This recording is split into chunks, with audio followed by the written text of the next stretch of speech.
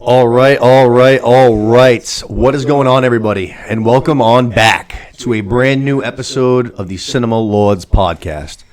Episode number 23, I believe. And it's the first time we're coming back to you guys in about 5 weeks, which was definitely not planned. A little bit of an extended hiatus due to some unfortunate shit, which we're going to get into. So it's been a little bit since we talked to you guys. I'm very excited because we have a lot to dive into tonight. I'm going to be here with my boys on the ones and twos, Mr. Luke Kleinen. He's going to help out with us tonight on the show, making sure we get everything through here. Luke, how we doing? Doing great. Great to be back. Like you said, it's been a little while for the show and for me too. But yeah. That's right. You didn't even do the last show with us, so it's been an even longer time for you. Yeah, but it feels great to be back. Ton of good stuff to cover, and get to join in with you and the great co-host Kalos today. Yeah. We have a little bit of a switch up because normally he's on the ones and twos, but tonight he's my co-host this evening because he's seen a lot of the things we're going to be diving into. Co-hostess with the mostest, baby. Oh, baby. I'm here. What's going on? How we doing? I'm doing good. Loving life. Can't complain. Spring's right around the corner. Summer's right around the corner. Meat's fucking sizzling on the grill. Fucking splashing in the pool, playing golf. Oh, baby, sign me up. A couple summer blockbusters in there mixed in, too. Man, you know what I mean? I'm bricked up. Ready to go. I do like the Buccaneers combo with the Patriots sweatshirt there. I like what you're rocking there. True Tom fashion. Yeah. Loyal to Tom. That's right, baby. I do love to see that. God bless him. R.I.P. You know? So like I said, a little bit of an extended hiatus for us. We weren't planning on having this much of a layoff. I was planning on coming to you guys. It was going to be 2 weeks ago. But unfortunately, there was a death in my family. My aunt unfortunately passed away. So the day that we were going to come in here to record, I actually had her funeral. And then immediately after that, on the Thursday, I left for a bachelor party. So that whole weekend I was gone. Then I came back, and I was pretty exhausted and all that. I had another trip this weekend. I went to Maine with my girlfriend for a day, for overnight stay. So I had a lot going on. It was tough to mix in a show, you know what I mean? So we're finally back here this week.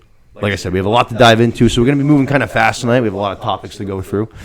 Los, I think you've seen pretty much everything, but maybe one or two things that we're going to tackle tonight. And then, Luke, you've seen a couple bit less, but we're going to each, dive our caps when we can, you know what I mean?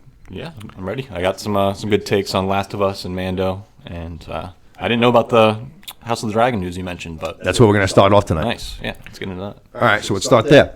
I start there perfect because all three of us here, big Game of Thrones fans, big House of the Dragon fans. We cover the show here on the podcast. It's a big thing of what we're going to be doing going forward, too. And Deadline Hollywood released a report yesterday with a whole bunch of updates for House of the Dragon. And I'm not going to lie, I don't want to overreact. I don't want to be that guy. But just because of how things went with Game of Thrones, this report worried me. I'm not going to lie. It worried me. I don't want to be the guy to overreact, but it worried me. Right away, I was just like, I don't like this. So first things first, Season 3, the report said, has been mapped out and is reportedly to be greenlit, right? So they say it's mapped out, about to be greenlit. But then in the exact same breath, they say the creative team is still wavering between either doing a third and fourth season. So it's like, well, how is the third season already mapped out if we don't know? Yeah, that's very contradictory. You know what I'm saying? Exactly. It's a super contradicting statement. Exactly. Yeah. So it's like, how do you have it mapped out if you don't know if it's going to be the ending of the whole series or not? So right away, I'm like, okay, that sounds a little bit weird in itself. Then, to follow that right up with, we're going in Season 2, we're going to be going from 10 episodes like we did in Season 1 down to 8 episodes in Season 2. And they in the report it said that this is a story-based decision, not a cost-saving decision. Yeah, right. Right. I smell that BS from a mile away. But they gave so much money to Season 1, and I'm sure they're not. I don't know how well it did, so I'm sure they're not going to cut budget on Season 2. So it's weird to me because we just saw what happened with Game of Thrones when you cut. You know what I mean? When you start cutting episodes for the season, things immediately started going downhill. Right. So it's weird that we would be following in those same footsteps right away. You know what I mean? It's kind of a similar issue too, where the issue with Game of Thrones was there wasn't enough content for them to go off of.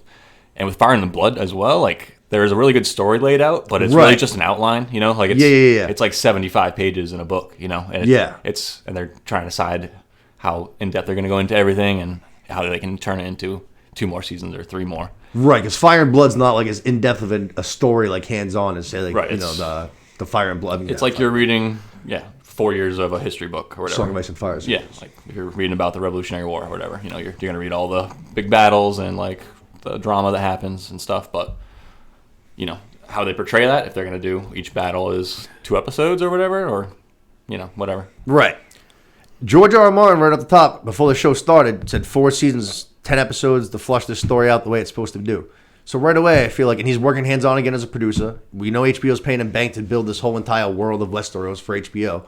And it's like, why are we already going away from what he's saying? You know what I'm saying? It's very confusing to me. Yeah, make the same mistake twice. That'll be bad. Yeah, I don't know. So apparently we're right now in a toss-up between either 3 seasons or 4 seasons in total. Hopefully we end up getting 4 because I think that'd be the better option. Let's not rush this thing. Let's flush it out and not do what Game of Thrones did. And the last thing the report also said was season 2 should hopefully be coming, if all goes well, summer 2024, which I think is what most of us kind of expected to begin with. We got the first season in summer 2022. So I'm getting so sick of having to wait 2 years for things, I'm about to die. I want this stuff right now. Right now. Yeah, it's premium television, man. It's high budget. It's fucking You want them to do it well, quality. Don't rush. Yeah. But now. I'm not mad with 2 years. Hanging on by a thread here. So much shit to fill in between then, but I don't know. The cutting of episodes, that worried me. That was a very concerning thing for me to read. Yeah. And for them to even mention that this isn't a cost-cutting thing, it's like, why are you even saying that? Like, you trying to get in front of it before we start saying that? Like, I don't know. It's a weird move to me. I agree. But we'll see. Hopefully they just do it right, because I really like the first season, and I want this world to grow, and I don't want another Game of Thrones on my hands. That's all I know. I don't want to go through that again. Yeah, I mean, as long as they tell the whole story, like if the Game of Thrones last few seasons felt rushed because it felt like they were skipping out on some content, right? Like for sure, like they didn't follow through on some storylines that they had set up, and it hurt to like leave all that stuff hanging, and like why didn't all these other things matter in the solution to the story? So as long as they are telling the whole story, I don't think it matters as much like how many episodes there are. But as long as they give every portion of the story its due. Yeah, I think that's what we really need to see. But I hear you. But it's not a good sign. Be a better person because you've read that story, so you would know better than I. So, but I'm with you. End of the day, they need to flush that shit out. Yeah, don't make the same mistake. Yeah, tell the whole story. Luke, do you mind just scrolling down a little bit on those bars so we can just keep watching the levels, make sure that they keep jumping? Yeah. Thank you. Perfect. From there, let's go to a couple streaming service things I wanted to tackle real quick. I'm not sure if either you, I know Luke, you haven't. I don't know if Los, you did. I can't remember it if not. But a show that I'm definitely going to be covering here going forward that started this past Sunday night on Showtime. It's awesome. I talked about it a little bit already. Is YellowJackets. Second season started this past Sunday. Premiere for season 2 is pretty damn good. It wasn't great, but pretty damn good. I enjoyed it. I'm looking forward to what season 2 has to offer. I know that these writers from the beginning had a 5-season story arc in plan, and it seems like Showtime's getting behind the show, and it seems like a lot of people like it. So hopefully, again, they kind of do this thing the right way. I'm going to cut you off right there. That's so gross. 5 seasons? Yeah. Yeah.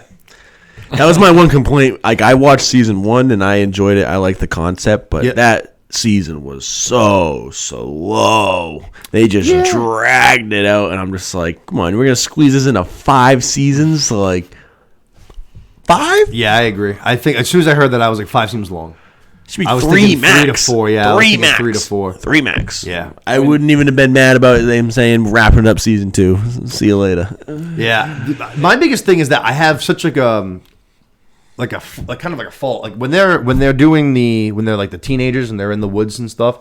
That to me is like the peak of my interest. Like I'm at like a 10 peak. You know what I mean? Like I sit up on the chair and I'm like, yeah, that's what I'm going interested in as well. And then they go to like the modern day and they're a little bit older and like I kind of couldn't care less about those people. Yeah, I kind of feel the same way. I don't care as much. I don't give a shit about you. And I feel like it's weird the way that they're doing it. So like in season 1, a big thing is the kid there supposedly either killed himself or got murdered. They're trying to debate back and forth. But it's like I can't care about this kid's death as much as I probably should until I see all of the shit that he's gonna go through and do to get to this point. You know what I'm saying? Yeah. So it's weird. I feel like when they tell a story like that, I don't know. Like his death to me, I was just like, I don't know. Maybe I'll care about it. Maybe I won't. But then it's gonna be weird in hindsight. You know what I'm saying? Like maybe I will end up really liking this kid. I don't know. It's weird. But the season 2. Did you watch the season 2 premiere? No, I have not. It was pretty good. Like I said, it was good. It wasn't great, but it was definitely pretty good.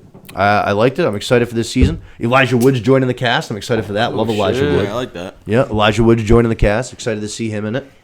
I think he's going to be working with the kooky chick there, Mindy, which she's my favorite character. She's fucking terrific. No, that's actually the good point. That's the only The only storyline of the adults. Yeah. For real. Then I'm actually like, oh, I like this girl. Dude, her casting is so good, dude.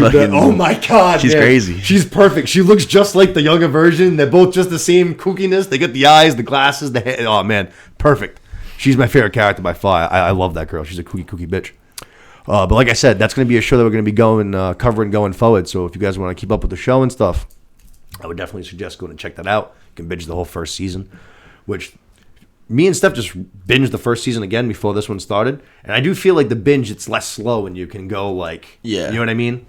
When I say it's slow, I don't even need to say it's bad. I did enjoy it. I'm going to watch season 2. I just felt like they could have just gave me a little more something. It's just they seem like they dragged out that season. It's like they stretched it out as long as they could. And that was another one. They always gave you one really good scene that always kind of made you want more. You know what I mean? There was always one big scene in every episode. Like that's a show I would be fine with them condensing to like 6 episodes. Just like give me the meat and potatoes. Yeah. Just give me more of the protein. Give them more of the wilderness. Give me more of the wilderness shit. Just give me more of that. That's the stuff that I'm really interested in. But no, I'm interested to see where this season goes. It definitely looks pretty good. They did one of those like coming up on this season things after the first episode. I did like the poster for season 2. Yeah, the poster's dope too. The girl with the antlers and the veil over it. Jacket on still though. Very dope. The poster's sick. Yeah. That religious girl. She's gonna be taking a step. Actually, she's not religious, but she's the one that's seeing things now. It's like Dottie, I think her name is. She's gonna be taking a big step forward. I think this season. It seems like she's gonna be kind of like almost like a leader out there. Interesting. Yeah. But check that out. Sunday night, Showtime. Fills in the Sunday night serving, too, because that's my favorite night to watch television. I do know that, what's that HBO show that everyone... Succession's on right now, too.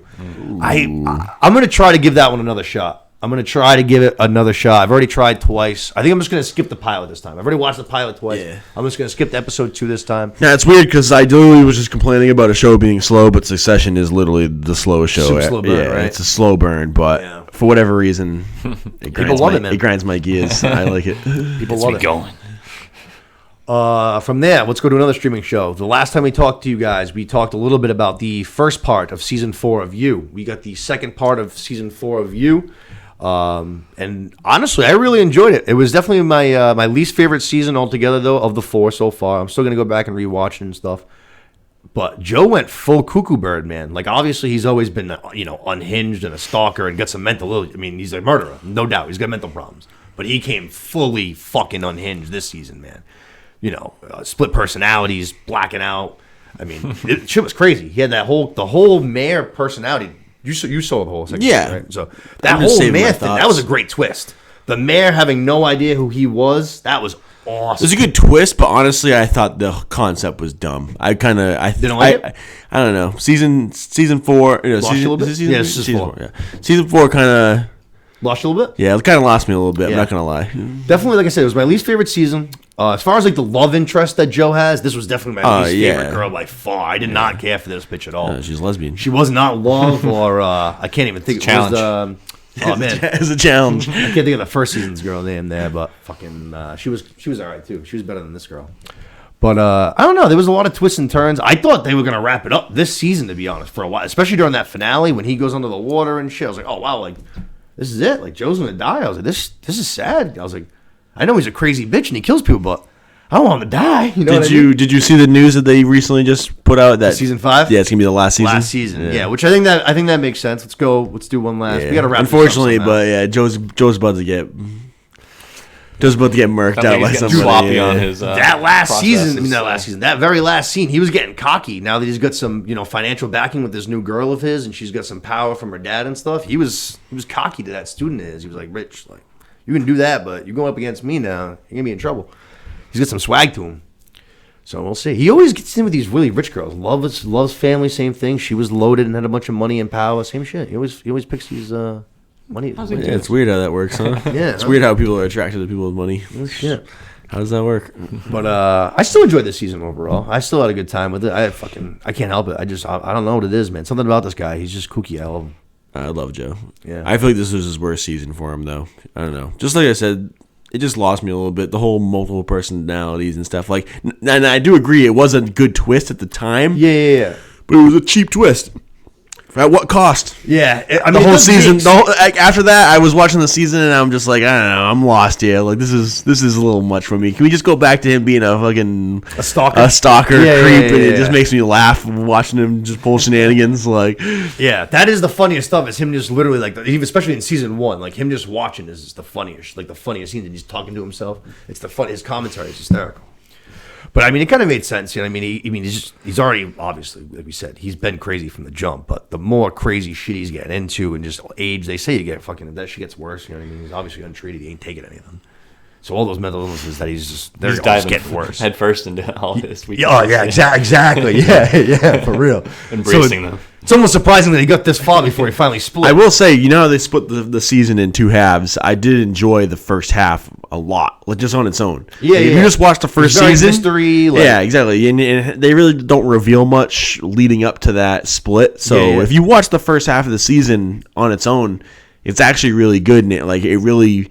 So I can't say that this season was terrible. I do still enjoy the season. The first half of the season was really good. It really you like the first half better. Yeah, the first half was way better because I didn't know what exactly was going to happen. But I just feel like the payoff in the second half of the season, it wasn't great in my opinion. I feel like other seasons had better payoffs for sure. I think I can co-sign that. No, I think I agree. I did like the first half. I think a little bit better, especially just because it's like I like that murdery mystery kind of whodunit kind of shit. I still like the twist, but yeah, no, I hear you. It was also kind of like, what else could they have done kind of twist, you know what I mean? It's like, that's a typical thing. Very secret windowy, you know what I mean? Johnny Depp at the end. Still miss my girl, Love, though. She was... I can't believe I can't fucking think of that girl's name. If she watches this podcast somehow, if she sees this, just know I love you. Victoria. I'll follow you to the ends of the earth. I love that. I love that lady. Yeah, she's in a few good things. She's in Hill House. Yeah. She was in Bly Manor. Both of those. Yeah, I knew her name. Is it the mom from Hill House? No. It's the. I was gonna say she's a smoke too. But. Oh yeah, she's Amanda Daniels in Entourage. Yeah. She's especially in that show. She looks awesome in that show. Yeah, and for being 40 or whatever now. Yeah, killing it. Yeah, no doubt. But yeah, no, she's the the youngest daughter, the one that ends up killing herself. Okay. It's Victoria. I think it's Victoria Pandretti or Padrati, something like that. It's definitely an Italian name. I know that. Yeah, I remember her from Haunting a Hill House. Yeah, big eyes. She's good. Yeah, she's good, and she's great at being sad, man. There's no one. She kills me, man. Yeah. She's really good at being depressed. Yeah, like I said, my least favorite season. I'm definitely gonna go back and rewatch it though. Whenever I'm watching the show, I still enjoyed it, and I'll be there for season 5. You know what I mean? I'm ready for. I think season 5. Let's close it out. Should be able to have a pretty satisfying ending, like however he goes down, right? If you guys are assuming that's how it's gonna end, you know. It's gonna be interesting. I don't want to see him die though. You know? I don't want to see him go down. I want to see him like kind of go out on top. To be honest, I know that's sick, but I can't help it. Is he gonna achieve all his sexual goals and just ride off into the sunset? Maybe. I don't know.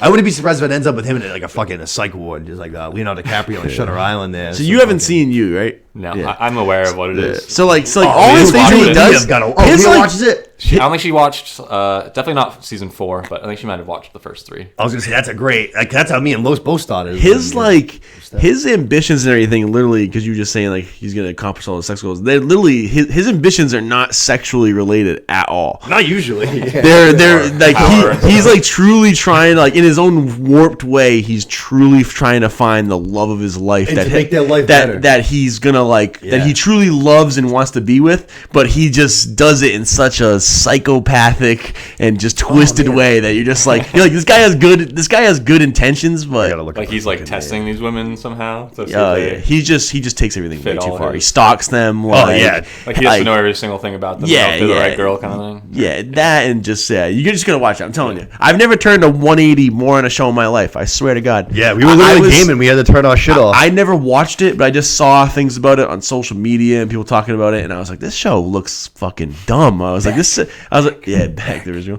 But I was like, this show looks absolutely horrible. Like nothing that I would want to watch. Like just not up my alley. Like a girl drama. Yeah, show. And then I watched it. Me and Nick one day. Thought the same thing. I came over here. Yeah. To Nick's house, and Nick and Steph were watching it, and they were on season 1, episode 1 or episode 2. No, we were gaming.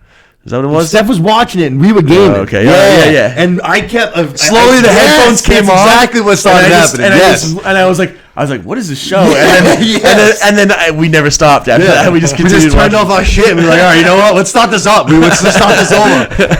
Because Because I think Steph was only on the pilot. You know what I mean? Let's say like she watched the first episode, we're like, you know what? Like, hang on, stop. Let's just restart this whole thing back up. It's that good. I'm telling you, it's a great show though. It is, It. All right. Super kooky, man. You just can't help but cheer for him, even though he's a psychopath. You just can't. He's the most. I just find the show hilarious. I Yeah. find myself laughing during that Constantly. show. I feel like it's not even intentional that they're trying to be like funny, and I find it hysterical. I'm just Yeah. laughing. Sometimes there is definitely a dark comedy aspect Yeah. that they definitely push, but sometimes for sure it's just us.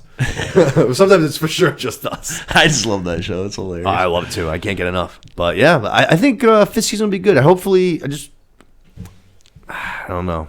The chances of him being like just free, I feel like a low. Jail would suck. Death would give me. I'd say death better than jail or a psych ward. Psych ward seems possible though. Nah, I feel like he's gonna die. Yeah, I think death could definitely seem possible. That drowning scene of his was hysterical. He's like people What say. kind of show is this? Oh, The man, drowning scene was hysterical. You gotta watch it. You just gotta watch it. As he's drowning, because constantly the things he's talking to himself like out loud. You know what I'm saying? Yeah. So constantly he's doing that, and one of the things he's saying is that he's like people that have survived trying to kill themselves via drowning have been saved. You know, people have pulled them out and resuscitated them. They said, like, while they're drowning, they're regretting it the whole way because of how painful it is. And as he's going down, he's like, they're absolutely right. This is awful. Which is the way, like, he says it. It's like, it's dark, but it's like, it's so funny. Yeah, fun fact is definitely that's the least way. Like, I don't want to die by drowning. No. That is the inability to breathe, and then to finally like try to breathe something in, and you're sucking in water into your lungs. That just sounds absolutely awful. Just Terrible. That, flames, fucking fire. yeah, sounds burning is right awful. up there too. Yeah, no, there's a few. Drowning and episodes. burning. I'm all set. Yeah, I'm out. I remember learning about the Titanic in like elementary school, and they was like, emblazoned that in my brain. Like, Yeah. all these people like choked on 32-degree water. Great, died. thank you so much, teacher. Thank you. Yeah, Appreciate that's the worst you. way to die. Got it. Not gonna have nightmares at all now. Yeah. Awesome. From there, let's go to the next Netflix show that we just got to check out. It's Outer Banks Season 3. The Pogues are back. The Kooks are back. I really liked Season 3. I saw, for the most part, people enjoyed it. I saw a little bit of hate here and there online, but not too much. I enjoyed the season more than I enjoyed Season 2. I had a couple problems with it, but for the most part, I enjoyed it more than I enjoyed Season 2. Season 1's still the king by far, no doubt about that. Yeah. But I liked the season overall. I thought it was pretty good. Like I said, I had my problems with it, which we'll get into in a second. But overall, I liked the season. I enjoyed the season, but again, same issue. I just thought the payoff was weak. Okay. I really had an issue with the get final what you're episode saying. of the season. I I get what you're had a major issue, but we'll get into that. I get what you're saying. Well, actually, while you mentioned the final episode, the payoff being weak, one thing I want to shout out right at the top, Sarah, who I've not my favorite character at all. Literally one of my least favorite characters on the show. Not a Sarah fan. I love Sarah. But let me tell you, if it wasn't for Sarah, they would have been fucked in that last episode. They would have left empty-handed, like 12 feet from the treasure. Just like simple clues, and John B had already forgotten. I'm like, dude, your dad just told you one clue to remember. Like one clue to remember. And they get to the end of that game, he's like, we're fucked. There's nothing here. We gotta go home. And Sarah's the one that fucking bails. She bails them out a couple times in that last episode. If it wasn't for her, man, they'd be fucked. Which I think that was intentional because there was always that distrust between the dad and Sarah and Cameron's and that shit. But if it wasn't for her, man. Those two guys are supposed to be the treasure hunters. Yeah, I don't trust the father, dude. Get out of here. Yeah. Let me tell you, man. You left your son to fucking fend for himself his whole life. Oh, you Big John? you left him in the trenches taking grenades. All right, let's get into Big that. John Let's can get into kiss that. my ass. Let's get into that. The biggest problem with this season was Big John. Oh, his acting is horrendous. Terrible actor, terrible casting. And then the character was awful. How is anybody supposed to like this guy? He's a terrible father. Awful father. Terrible father. Terrible Literally, father. when he Terrible treasure hunter. He didn't Yeah. accomplish anything on his own. The guy stinks at everything. He stinks at everything. The only thing he did was he made a gorgeous human being son. He's also dumb as rocks. But yeah, rocks, yeah. very handsome guy.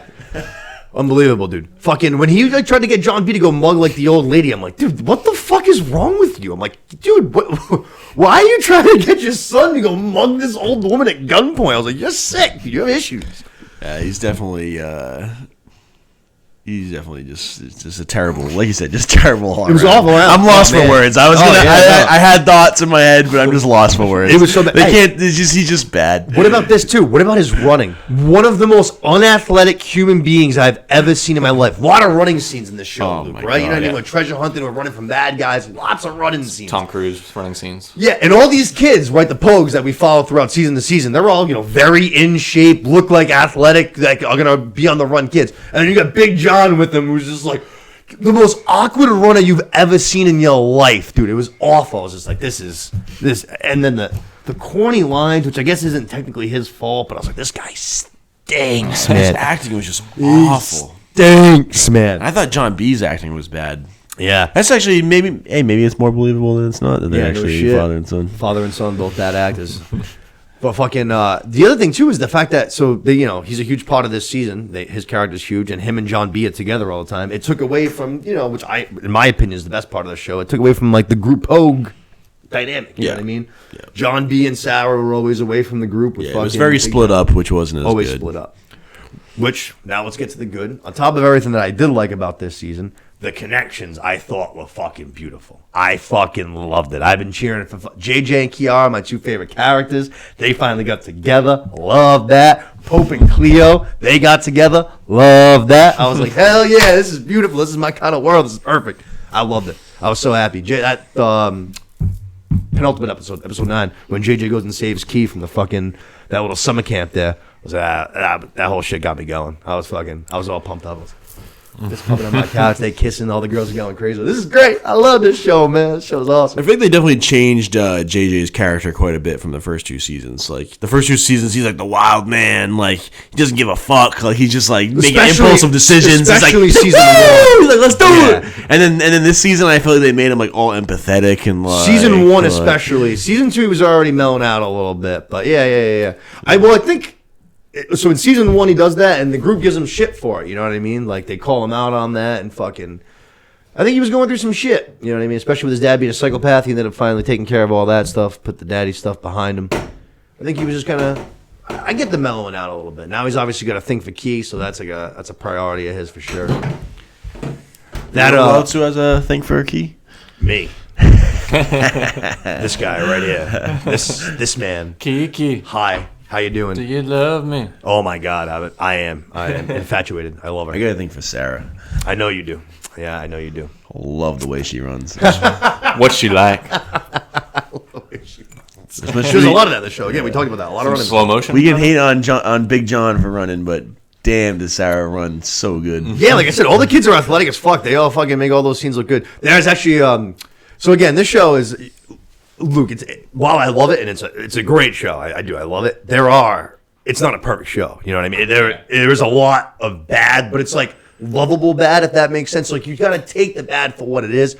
There was a few different times this season where I caught some fucking shots of extras where if you're looking just right, where it's just like, wow, no one checked this in editing at all. That's picking his nose. Dude, there's one scene where fucking it's towards the end of the season. I paused it so Steph could come in. I was rewatching it. And Pope hops on one of those dirt bikes, right? And Cleo goes to hop on the back. So you see Cleo hops on the back and you see them like go to take off, and then the camera changes and it shows them fly up the strip, and the guy that's driving the motorcycle is just like completely shaved head. I'm just like, yo, you notice something different about Pope? And Steph's like, oh yeah, huh? And just like, and so Pope's got like a small afro, like the smallest, like a lot of hair. You know what I mean? This guy just completely shaved head. I'm just like, come on now. That's pretty bad. Yeah. How would you even shoot that shot? I guess they plan on putting it in after. Dude, I can't believe that's what I was saying. I was like, how do you guys shoot this without a wig? You know what I'm saying? Like, how do you guys say action without? No, I don't know. Crazy. Special effects is like, yeah, it's gonna be like $100,000. They're like, just skip it. Right. It's a 1 second. And if that's something you're gonna do in post, that's gonna be a sticky note somewhere. You know what I mean? Yeah. There was another one too with Topper. It's a Topper scene where he's like, it's during the episode where they're doing the cross, I think, and he gets out and there's an action scene kind of thing, and there's a dude who's like, he's got to be fucking. While the actor that plays Topper's probably already in his late 20s, this guy's got to be 40 years old. Just like a 40-year-old dude in the same exact outfit, kind of the same hair, but just like doesn't even really look like him at all. And I was just like, oh Jesus, just get that out of here. But a couple of funny things like that. The JJ bike scene wasn't wasn't great either. Actually, do you remember when they think like they think they're stealing the cross off the back of the back of the car, and like JJ like peels out on the bike. I was just like, how did he just? Yeah, it's fine. Not going to question the physics of any of this. It's totally okay. JJ's fine. That's all I care about. This show stinks. We love it though. Yeah. It's one of the worst, best shows you ever seen. It is. It's right up there. Director's just a little big when they go through everything. It's fine. Yeah, it's fucking. I love it. I really can't get enough. Season 4 definitely seems like is on the horizons the way that they ended it. Fucking Blackbeard. Hell yeah. Yeah, it sounds. Yeah, as long as the payoff's good, I don't care. Like, I feel like the payoff for season 1 was unbelievable. Payoff for 2 was really good. Payoff for season 3 was lackluster in my opinion. Yeah, 2 for me. Honestly, I don't know. I feel like 2 for me is the biggest letdown. I don't know. 2 just didn't do it for me for a couple of. I don't know. I feel like the payoff of 2 didn't hit at all for me. So the show is like in the future, in like where there's multiple planets and stuff. Sounds like, or no. Out of Banks. This is just a bunch of treasure hunters. Just treasure hunters. Kids hunting treasure. The first season, they're hunting for some particular ship, whatever, came from Spain or whatever. Yeah, the Royal Merchant. Yeah, Royal Merchant. Which leads to the cross. They're trying to find the treasure. The cross. They follow the clues the whole season, and then season 2. I watched the show too much. Yeah. They're looking for the cross that is like cross of Santo Domingo. Yeah, so cross it's of like Santo Domingo. Yeah. What is it? It's like the Goonies. So it's So I would. Season 3. Well, you haven't got into it, but season 3 they're hunting for El Dorado. That's El Dorado. Yeah. So you think El fucking Dorado? Like the payoff's gonna be. They're all interconnected, which is cool. But that's how like the storytelling is not awful. You know what I mean? Mm-hmm. I was actually surprised. Like as soon as they said El Dorado, I literally kind of like went like a. Pfft. I was like, I kind of liked when we were doing fictional shit. I was like, now we're doing like the Lost City of Gold and stuff's like, wow, you know what that is? I was like, yeah, it's a fake thing. I was like, that's the thing of treasure hunters. Right, like that is that's it. Like El Dorado is it. Like it's the city of gold. Like that's just why. That's why it leads me back to say the payoff. Just in my personal opinion, was lackluster for a while. Once they got there, it was kind of It wasn't like is. So they do the same thing in National Treasure. They find in this National Treasure too. The same thing. El Dorado. Same thing. I feel like they did it way better for sure. Yeah, and National Treasure 2 sucked compared to National Treasure 1. So like I don't know. That just goes to put it in perspective. Like. Yeah, this 15-year-old movie. Yeah. It's like fucking Rocket Power mixed with like Scooby-Doo, especially now going forward, because now we're just taking jobs from anybody. Now we got Blackbeard people. Fucking now it seems like Scooby-Doo, Rocket Power, fucking Goonies, like all mixed in together, you know what I mean? Yeah. But it's a good time. I did appreciate Rafe's character. Dude, I can't help it. I know some people fucking can't say it. I fucking love that kid. He's fucking he was awesome. Great. Dude, no, he's fantastic. He was one of the best parts of this season, in my opinion. He just starts becoming a psychopath. And, yep. I don't know. Becoming a man psychopath. It's good entertainment. A man psychopath. This shit with Ward. Psychopath with direction. Dude, like for instance, right? Like, hey, Ward, total like scumbag character, totally like an asshole, like and hateable. I was like, he's a 10 times like more likable character than Big John is, just because Big John sucks so bad. Oh, it's just acting. I was like, at least Ward's a good bad guy. You respect the good bad guy. You know at least what I mean? Ward Cameron, I've seen other like movies and TV shows. He's actually an actual. He's a good credited, actor. This guy, Big John, they pull him out of the freaking homeless in Philadelphia. They were like, I don't know. Hey, you want a job? Yeah, it's someone's relative. He was selling knockoff sunglasses on the fucking sidewalk. Oh shit! But Ward was a good bad guy, and fucking now I feel like he had a good out. I feel like he went out doing what he wanted to do, which was kind of earning some points back with his daughter. And now Rafe is fucking. I mean, he was already going off a bit this season, but now he's really set to go off going forward. I'm waiting though. It's gonna happen eventually. Like he's gonna be a part of the squad. You know what I thought was cheesy? He's coming. You know what I thought was cheesy about this season though was the I can't remember his name, but the villain. Dude, that guy was accents? I fucking loved that guy. His accent was so bad, I loved it. Oh, it was bad. Oh, it was so bad. There was one phrase he kept saying over and over and over and over again. Oh, I can't fucking think of it now. It was like, fuck, I can't think of it. There was one phrase, though, that he kept saying over and over and over. It wasn't like, let me tell you. It was something like that, though. No, I fucking can't think of what it was, but he kept saying it. Oh, the accent was terrible.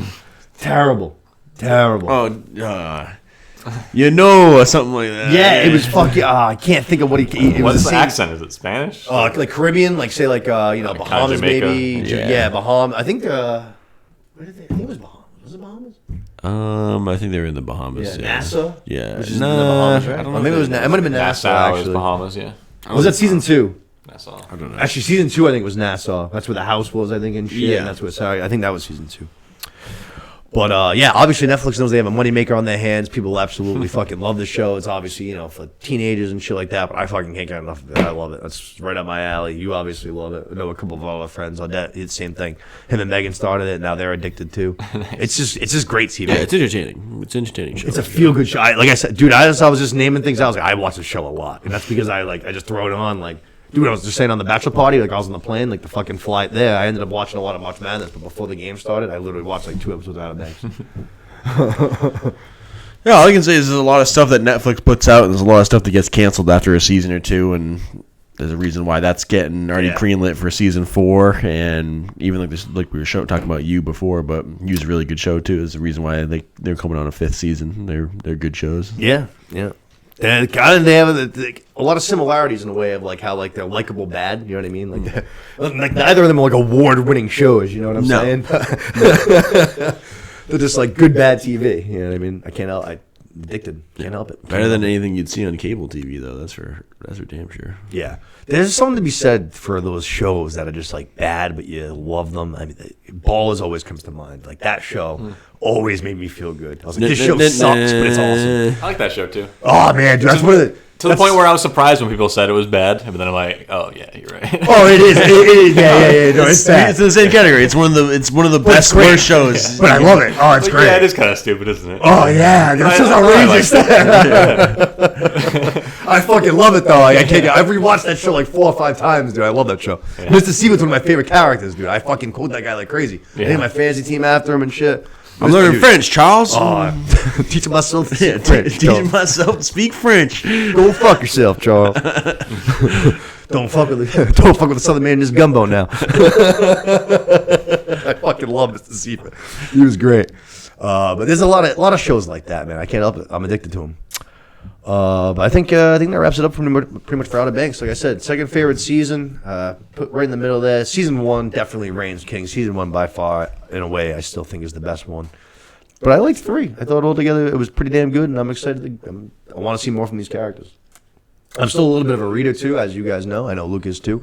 But I just saw that there's actually they just put out the second one. But there's just like the Stranger Things books that I've been reading. They just put out 2 books for Outer Banks. Same characters, just kind of like expanded stories and stuff. Short, like 300-page things. So I was like, yeah. It's like outside of the series, though? It's not like adapting the season or something? Yeah, it's just like, it's like stories within the same. So they'll probably be like in between seasons and stuff like that. Like, what are the characters doing in between seasons 1 and 2? I saw like the plot lines, and it was like, they were, very like basic. They weren't like dealing with far as like the treasure hunt. It was more like character-based shit and stuff like that. Right. They get a little leeway as far as like how interesting the story has to be, because people are they actually just want to fill in the blanks a little bit. Yeah. I actually related it to Rocket Power earlier, like that. Kind of like more like, all right, now we're just going to kind of do like more like almost surfing episodes. I know one of them is actually very heavy. Adventures of... I know there was like a surfing competition that came to that town in one of the books, so I know like that's one of the things. Kiara enters it with Rafe's in it too and shit. So it's like, all right, yeah, I'll read this shit. It's like that one's from like her perspective and Pope, and they go back and forth. I was like, sounds good to me. And then the other one was the opposite, John B and JJ. Sounds good. I'll bang those out. Fucking dive in. I'm always down for more Outer Banks stories. I'm in. I love this world.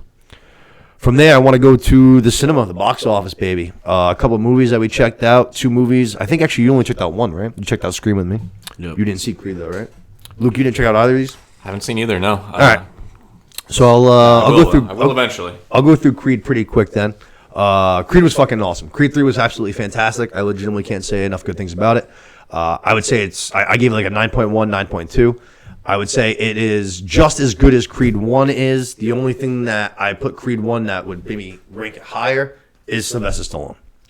Rocky was unbelievable in the first movie. Sylvester Stallone should have won the Oscar for Best Supporting Actor. He was robbed. That's what gives that movie the edge. But this movie was awesome. Michael B. Jordan's directorial debut, he killed it.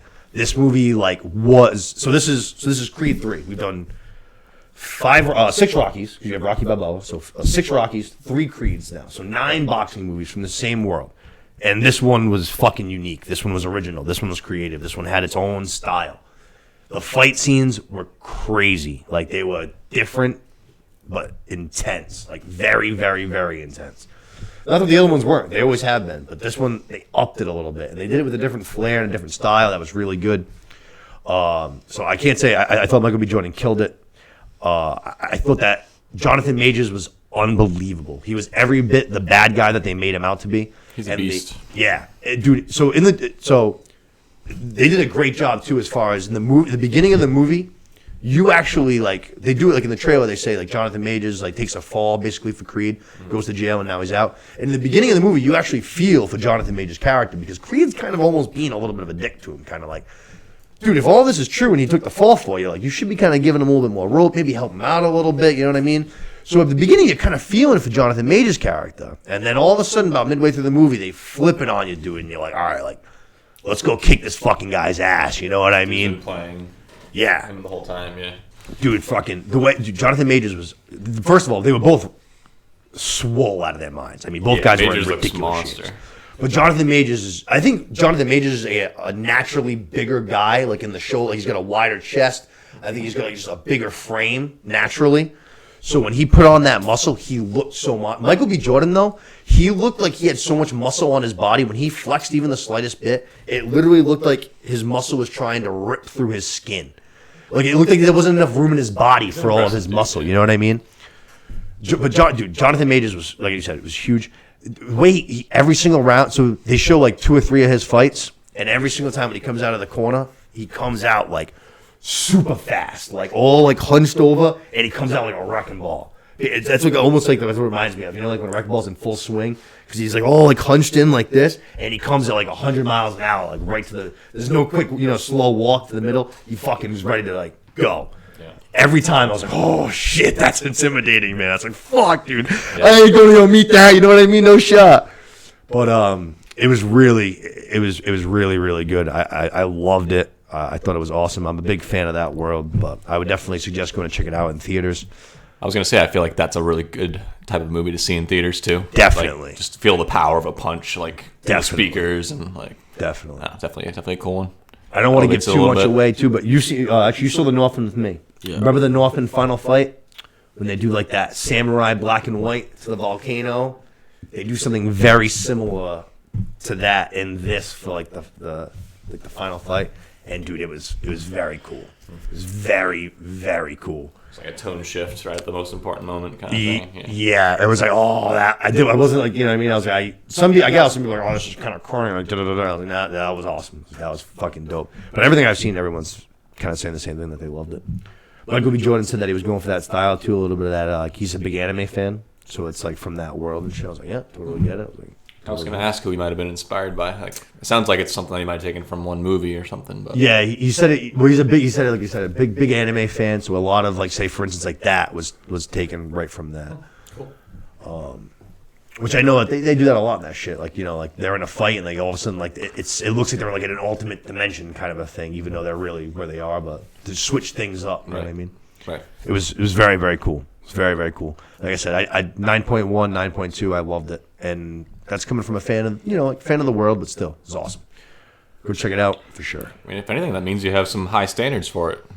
You're not the type to just automatically love it because it has the Rocky name on it. No, for sure. You have higher standards for it because you love that world. Yeah, for sure. I really liked Creed 2, but I thought Creed 2 had a couple of just small issues here and there, and that one to me is that's low. I'd probably have it low to mid 8s kind of thing. Creed 1 is fucking awesome. I mean, it's so good. And like I said, I can't say enough things about Sylvester Stallone is so friggin' good as the trainer, older Rocky version of himself. He's so good. Yeah. He was robbed of that Oscar. Absolutely robbed. But yeah, no, I think that's probably going to be the end of this war. I can't imagine there'll be a Creed 4 because even in this one, he was already retired and he came out of retirement to fight. Does he have a son, though? He does. I sure hope it's fucking over, dude. I think they need to take that whole series and just gotta wait 20 years for it to cool off, and then his son will finish it. Dude, I'm telling you, haven't seen the Creeds, have you? No. No. It's actually it actually makes me want to watch the first one just because you say Sylvester Stallone has such a good performance in it. But he's awesome in it. No, I mean, he's the Rockies are rough. The late Rockies are rough, exactly. It just lost its luster, and then when I saw them come with a new series, they're trying to revitalize it. I was just like, see you later. The other problem with it, too, is that boxing in real life absolutely smells, and the only person with any interest in is Tyson, the Gypsy King Fury, so... outside of that, I think boxing's dead. I think the movies about boxing are dead. It's like the 9th movie of the installment. It's like, what are we doing here? Like, that's just my take. That's part of the reason why I love it. Though, what are we doing? Like, fucking, I hear my dad talking about how boxing was like you know, back when he was younger and like in the heyday and shit. And I was like, man, that's awesome because I love boxing.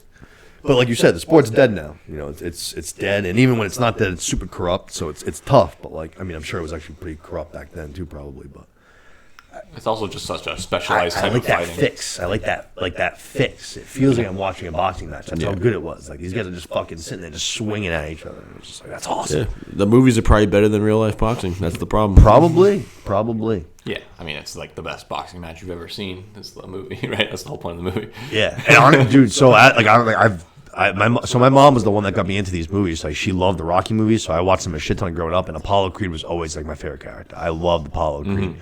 So when they were like, we're doing his son, I was like, hell yeah, we are. Like, let's go. Like, Apollo's the man, dude. When he died, I was fucking crying. I remember being like, I was young, man. I was probably like 9, 10, something like that. But I remember just like fucking Apollo gets killed by the Russian in the ring, and I was just sobbing, dude. Right. Yeah, he dies in the third or fourth. Fourth. Yeah, fourth one. Yeah, fucking the Russian. Yeah. The mad Russian. Drago. Yeah. Which in the second one, that's who he fights, is Drago's son. Right. Which is cool. They brought Drago back and how he was like fucking basically when he got back to his country, he was like, you know, blackballed. There was no love for him at all. He was ridiculed. He had to go basically back to working at 9 to 5. Yep. And they have the same actor, right? Flash Gordon. Yeah. Same. Yep. It was awesome. So like, the same one still had good things about it. Like it wasn't a bad movie, was it? So that's what happens. Join the club. Yeah. I think we're all working 9 to 5s. Get out of here. Yeah. Tough. It's like that scene in Dodgeball when they're in the locker room and they're going to the picture and fucking they're smashing it. Oh, shit. But from there, yeah, like I said, go check out Creed. Check it out on the big screen. I think it's still in theaters, I'm pretty sure, if I'm not mistaken. But go check it out if you can. If not, it'll be coming to streaming soon. From there, let's go to a movie that you did see, Scream 6, which, again, I have nothing but good things to say. Nice. I thought Scream 6 was fucking awesome. I thought it was better than 5. I'm a big fan of Scream 4. I still haven't decided if I have to watch it again, and then I'll decide if I liked it better or less than Scream 4. Right now, I'm thinking I liked it less. So for me, my favorite one's Scream 1, obviously, by like a huge, massive margin. Then you have like Scream 4 and now Scream 6. And then like 5 and 2 are basically kind of like the same, and then 3 is all the way at the bottom. But I like this one a lot. I thought like even though it's, you know, the 6th installment in the saga, they did some new shit that hadn't been done yet. Yeah. They switched it up. They fucking made it fresh. The kills were pretty brutal. Fucking pretty brutal. I liked that a lot. I enjoyed it a lot. I really. So I'm a big fan of this series. It's my favorite horror series. I'm the biggest Scream fan. I loved it. I really did. I was like, this was awesome. Yeah, I was big on Scream 6 too. I really liked the movie. I thought that they just didn't waste any time in this one, which I appreciated. It was like 10 minutes in, and it was just bang, boom. We're slicing, we're dicing. Yep. It was great. It was and like you said, they did stuff that they'd never done before. They elevated. Scream always starts off with a kill, but this was like elevated past. Yeah, no, for sure. Because I feel like most Screams they start off a little slow. Always. The first 30 minutes or so, like you said, you get a kill to start, but then it's 30 minutes to build. It was like right, exactly. No, I mean it might not even have been 10 minutes. It was 5 to 10 minutes in the movie, and it was already like this Ghostface is doesn't give a fuck. He's just gonna do whatever he wants. He's out there. I don't know. What we doing spoilers or no here? Yeah, we've done plenty of spoilers. Yeah, fucking. Goes into the bodega with the shotgun. He's just he walks right in. He slices a guy like that scene was there's awesome. A ton of witnesses. There's people in a convenience store, and that seems pretty heavily suggested. He chases into the convenience store. He just slices one guy at the register. Then he pulls out a shotgun. The clerk of the convenience store pulls out a shotgun, but then he kills that guy. Then he takes his shotgun, and then he's firing the shotgun at people. I was like, oh shit! I was like, this is dope. He doesn't give a fuck, and he's a tactical beast. Yeah. Stone Cold Killer. Like in Scream 1, they're out of costume, but one of them has a gun at one point, like towards the end. I do think, I haven't seen Scream 3 in a while, and it's my least favorite, so I've seen it at least times. But I do feel like there is one point where he has a gun for a second. But I feel like that was the first. Like, Yeah, I didn't necessarily mean the gun aspect, but just the was ballsiness cool. of being in public. Like they're in the middle of the city, Oh, and yeah, this they guy's give a just fuck. like, I don't give a fuck. Like that like image though. I thought I was like, that looks sick. I was like, that's I love wild. the That was movie, though. gangster. Yeah, I was entertained the entire Scream 6. I thought it was a good movie. I thought it was good. Were you scared? Not really, but I was That's the ultimate. I was scary mowing. movie test, I was right? mowing popcorn and candy. Yeah, I guess. I mean, slashes are different. You know what I mean? Yeah. Like they want to. They're gonna get you. It's gonna be like a jump scare here or there. Right. But slashes for the most part are kind of, especially those. Those are so. Yeah, there's this random lunatic that has never existed before. Yeah, and they always mix in the comedy that angle. scary, You know what I mean? it's They're so self-aware. There's so much self-awareness in the Scream saga, which is part of the reason why I love it too. Definitely, one of the only complaints I do have, if you want to call it, but there should have been more, or at least another big character death. Every main character came away from the movie. Yeah, no, I agree. Every single one. I agree. They brought back my girl Hayden Panettiere as Kirby. Oh God, I love her. Still looks fantastic. Just oh my I god. love Hayden Just- Panettiere. She looks good too. Can looks I say good, that? too. Yeah, Can I she just say looks- that right now? She looks Hayden Panettiere, damn good. Damn good. you go, girl. You look good. Damn good. I love her. I absolutely love her. But and I thought for a second that they were going to do her dirty. They kind of played her out like she was going to be the fucking killer for a second. I was like, oh, I no, didn't don't believe do me that. like when I was watching it live, I didn't believe that for a second. I'm I not was gonna lie, like, they no got me way. for I was like, no 5 way. minutes. Yeah, I was like, you no ain't gonna way. do that. The shotgun thing was one thing I wanted to mention though. That was new. Like I hadn't seen like that. Having the two now they've done two Ghostface in every movie but 3. The only movie that there's only one killer is 3. Every other one is always two Ghostface. They've never done the two Ghostface together on camera. Like in Scream 1, you have both killers, but they're out of costume. Scream 2, same thing. The high school kid, I can't think of his name, Jonathan Duhamel's character. Not Jonathan Duhamel. Who's the guy from Mandalorian and the girl next door? Timothy Olyphant. Timothy Olyphant. Thank you. Timothy Olyphant's character, he's in costume, but Billy Loomis's mom is obviously just like in a reporter clothes. They have the two ghost faces in total, costume together on screen. I was like, that was awesome. Like we haven't seen that in 6 movies now. I was like, that was very, very, very fun. I liked the movie from start to finish. I was thoroughly entertained. I don't know if I'm going to watch Scream. Whatever, Scream 4, 5, 6. If you start getting into those movies, like I just want to be entertained. I'm not asking for sure. I'm not asking for a work of art. I just way wanna, better than the Halloween. I just want to. what they're doing. Yeah, exactly. Yeah, Not even Halloween close. puts me to sleep. Not even comparable. Yeah. I'm fucking catching flies by the end of that movie. But it's brutal. But yeah, the Scream 6 was great. I love what's her name? Jenna Ortega. She's a good character. And then, like her, yeah. And then her sister, the older sister, I love how they ended. I love what they're doing with her because you know she's gonna flip that. Oh, absolutely! switch, She's man. gonna be the next Ghostface Yeah, eventually. it's just a matter of time. When's it gonna be? I really like what they're doing in that franchise, and I think that it's creative, entertaining, and I'm all for it. I think I think it's one of the few franchises that are actually doing it well this far in. Like you think of like things like Fast and the Furious. Like I'm so out on Fast and the Furious, it's not even funny. I can't even believe I haven't watched the last like 3 or 4. It's a joke. Like I used to love that franchise. They're just terrible now. They're so cliche. It's awful. With Scream, I actually appreciate what they're doing right now. I was flipping through the channels the other day on HBO, and I'm not even sure which one it was, but one of them was on. It's the one with John Cena. I don't know if that's the newest one, or the one before the newest one, or whatever. He's in a couple, I believe. All right, so he was doing this scene with like Vin Diesel, and he was just like fucking talking about their dad. I guess their brothers. And I was just like, oh my god. I was like, and like I like John Cena, but because it's like he's calm, like he's peacemaker. I believe John Cena is in comedy. that series. He's brothers with Vin Diesel. No, not Vin Diesel. I think he might. Yeah, be. it's Vin Diesel. He might. He was saying with you, I thought he was. dad. I always saw that scene. I thought that he was brothers with Rock?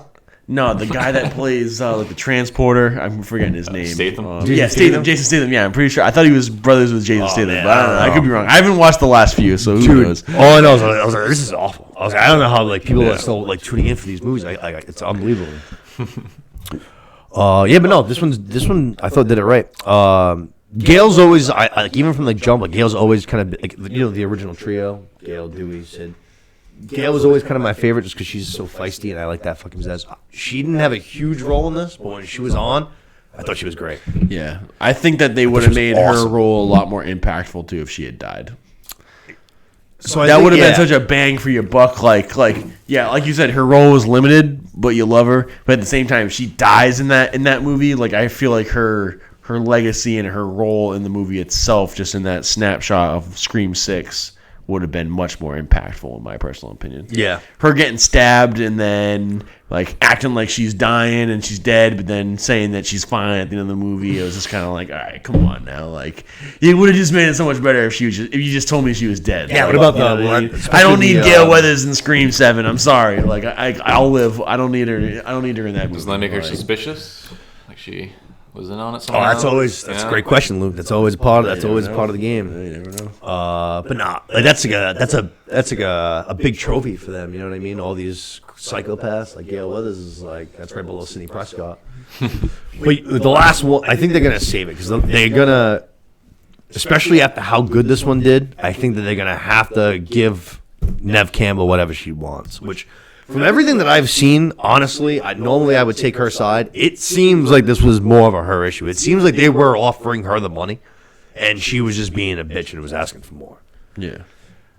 Well, I'm assuming that they're going to probably just give it to her. If you got Jenna Ortega and they have to send her out, though. They have to send her out. And it would make sense that they send her and Gail out in some fashion together or something like that. Gail's, like I said, Gail's scenes were awesome. Especially even like the first, before her scene with Ghostface, that fight was sick. Yeah. I was like, all right, this bitch she's seen her Ghostface fights before. She knows what's up. But even before that, when she was doing the news camera thing and fucking the Jenna Ortega's sister, I can't think of her name. Yeah. Amanda? I don't know. No, I don't think so. She throws the fucking punch. She dodges it. She's like, bitch, I've seen this game before. I've been hit by that punch. And then Jenna Ortega comes and cracks. I was like, oh, baby, that was good. Yeah, that was good. Great movie. If you haven't seen Scream 6 yet, if you're over the series because you think it's dumb or whatever, or you think it's played out, definitely give Scream 6 a shot. Even just watching it in its entirety, of just the movie itself, it's a lot of good New York shots. I like being in the city. I like the subway scenes and shit were good. It was a good time. I liked it. I enjoyed it. The kid who should have died was obviously I think it's Matt there, the brother there, who got fucking gutted like 15 times and then rolling him out. Oh yeah, it's a comical. It's a big. That was like the Dewey. That's like Dewey Scream 1, but like times 2. Like Dewey that was the person. He got stabbed. Imagine me taking a 10-inch knife to the abdomen 20 times, and then being like, yo, Los is alive. I think I'm gonna be all right. You see me get stabbed 20 times, and then an hour later. I didn't know this, but that kid, that's Cuba Gooding Jr.'s son. I didn't know that. Yeah. It's Cuba Gooding Jr.'s son. I don't know that. I don't think his name is Cuba. No, I think he's got a different name. Why is Cuba Gooding Jr. the second? Oh, he's junior. Cuba Gooding Jr. Cuba Gooding. So Cuba Gooding Senior. Not gonna lie, bro. Cuba fucking brain. Not gonna lie to you, Luke. You just broke my brain, buddy. He named him after another Caribbean island. Here I am thinking Cuba Gooding Jr. is like his name. Fuck. Tortuga Gooding Jr. No, you're definitely right. Yeah, I'm definitely dumb. There's definitely just a Cuba Gooding out there, and I'm an idiot. It'd be funny if his last name is Junior, and he could be like Junior the Second. Yeah. Shit. Oh, Junior man. the Third. Yeah, but I saw that the other day. I was like, oh, that's funny. Junior Senior. I liked it. I like his character. The girl from YellowJackets too. She's both of them. They're brother and sister, and they're not Smokey. Obviously, that's fucking scary movie. Jamie Kennedy's character. Kennedy was fucking game, but they're like I think they're like nephew and niece. Some shit like that. But yeah, I think the next one. I think we're gonna see the return of Sidney Prescott. I think we're gonna see her send off. I think we're gonna see Gail get sent off, and who knows what we're gonna do from there? I don't know.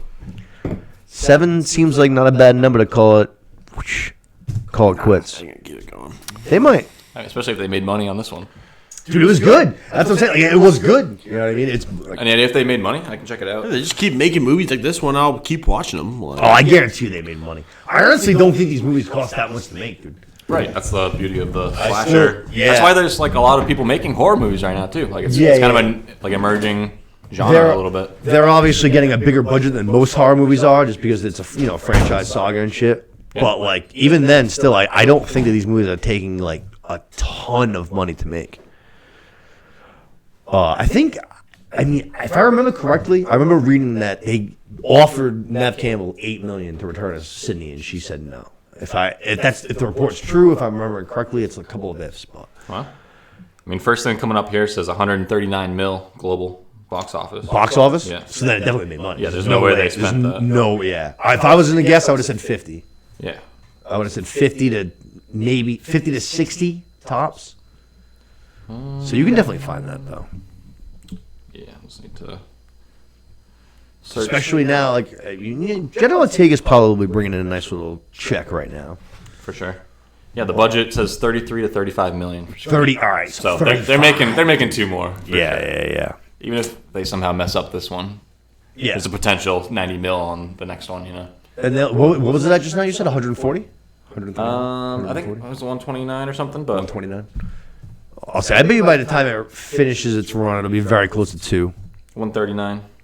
All right, so yeah, like almost 140. 89 domestic, 49 global or overseas. All right. So it'll probably finish at like 170, 175 or something like that. Yeah, and then I guess there's not really much, like, I guess there's some DVD sales and like streaming sales now, but it's probably a small contributor. Yeah, especially their own. I know like they're owned by Paramount, so fucking. Very few people actually own any physical media at this point. You know. This guy.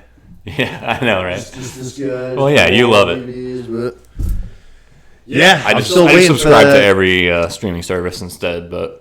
Dude, you'll be, you know, when that happens, who knows when it'll be, when the fucking internet crashes and shit. I know. I'm going to be running my own Blockbuster out of my house. I'm going to be the fucking richest man on the planet. Yeah. Like, you see those, like, apocalypse movies, like 9 Cloverfield Lane. I don't know if you're Yeah. Maybe that's not the number, but. No, something like that, yeah. But yeah, they're watching, like, VHSs of some, like, old shitty movies, and they love it because they have, like, 30 movies in existence, you know? That's their whole bibliography. It's going to be me, baby. Yeah. But yeah, who knows where we're going to go in the Scream franchise. I definitely think we're going to see Nev Campbell return, though. I'll tell you that. That's definitely my prediction. Well, they're already up like 90 mil on their investment. I believe it. Yeah. So they're making a couple more, no matter what. Yeah. And like we said, they're doing a good job with the older sister. They're developing that character, the fucking twist. I just feel like that's one of those franchises too. Like like you're gonna have the people that go watch it regardless. Like they're gonna go give it a chance. But then like word of mouth, like if people are like talking about it and saying it's good, like you're so much likely to have so many more people go check it out because they're familiar with the older versions or the older movies. But they were kind of on the fence whether they were gonna see it. And then once they heard that it was good, and you hear people talking about it and having buzz, like I guarantee you, a lot of people went. Even my brother and Brooke went and saw it. Granted, they didn't stay through the entirety of the movie. Still got the money for the ticket. Still got the movie. Still got the money for the ticket, baby. Because they didn't like it, or because they had shit to do? No, I don't know. They both said they didn't like it, but I don't know. I strongly disagree. Strongly disagree. Yeah, it seemed like they just like didn't even know what they were going to see, like a slasher movie. What you told me. Like people started dying, and I was like, "What?" It's basically what you said. Yeah, it's Kind of sounded like it. It's not far off. From there, let's dive into our 2 series that we're going to be talking about tonight, shall we? Let's start with The Mandalorian, which happens to be Wednesday today. We have episode 5 just dropped today. I haven't checked it out. Probably gonna actually check it out after we wrap up this pod tonight. Well, let's talk about the first. There you go, nailed it. Let's talk about the first. What we got? 1 through 4 here. Do 1 through 4. Yeah, half a season. Yeah, it's crazy that we're already halfway through the season, especially as of today. That's nuts. It's nuts. I really enjoyed the start of the season a lot. I loved the pilot. I thought the pilot was not the pilot, but the premiere was awesome. I thought episode 2 was pretty good. Episode 3, I honestly might have been my least favorite episode of Mandalorian in total of all 3 seasons. That was with the scientists and stuff. Yeah. I was like literally Sidetracked almost a little falling bit. asleep for a while. But then, man, the episode 4, I was like, oh yeah, right back to formula. I was like, let's go. That was a banger. Yeah, I mean that episode's gonna come into play. I'm sure that they already made us forget about the scientist, but he's gonna do something. I heard something about like that has more to do if you've seen what is it, Rebels? Rebels, the animated series. I have not seen that. Those characters or something like that, they're in there, or it has something to do with that shit. That guy Pershing? Yeah. Oh wow. Something like that. But that has to be with the cloning of like that's how they cloned Darth Sidious, right? I think that's kind of that's what it's all leading into. Yeah, that's what I imagine. But I'm not fully up on all the lore. I haven't seen Clone Wars or Rebels. Yeah. But so far, I mean, I love the show. I mean, to me, this is the best thing that Star Wars has done since the original trilogy. I think. Yeah, they're killing it. Everything else. But like I said, especially the first episode, especially because we had a little bit of a longer layoff. I feel like since the last, it's been a while. I feel like since we were in the Mando world. I don't know if it's because we did Boba Fett and the Obi-Wan series and Andor, so it's like we've seen all this other shit. So it feels longer maybe. Yep. But that first episode to me, I was like, wow, it had everything in it. It had a little, it had like a 5 to 7 minute scene of it had like a monster scene. It had the space, battle fighting scene. It had Baby Yoda being cute as shit. It was fucking a little bit of this, a little bit of that. I was like, this is why I love this show. It's fucking awesome. Yeah, they kept Luke in for a little while too. They paid that off. Yeah. I thought it was great. The second episode was pretty good. I was a little surprised by how easy it was for him to get, pretty much redemption. Like they were building it up like, oh man, getting the Mando into those waters is gonna be a lot of tough work. And it was just like, literally just flew off, got off his ship, and was like, hey, what's going on? I'm in the waters. Right. I think that might kind of lead into something coming up in the last few episodes. Like maybe there's some like propaganda or something that someone's trying to keep everybody away from Mandalore. Okay. I don't know. I'm very suspicious of the armor as well. Because it's they say it's like cursed and the air's unbreathable and all that. And right, but who said that? Right, like maybe it was 6 months ago, but maybe someone was just fucking talking shit. They don't want anybody to go back to this powerful place. There's obviously some real power in the waters of the holy waters. Thing was fucking crazy. Yeah, and that's how they are able to actually forge all their Beskar. Right, is with those holy waters or whatever. Right. So. Los, what do you think about this season so far? I mean, I'll just start off with saying that I'm the farthest person from a Star Wars. Yeah, you're not a big Star Wars guy. I'm not a big Star Wars guy, yeah. I haven't even watched the original 6 movies. I don't even know. I've seen the original, but the first one, but...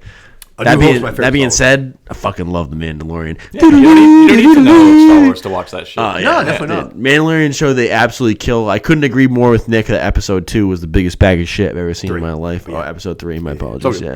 Yeah, one of the scientists, though.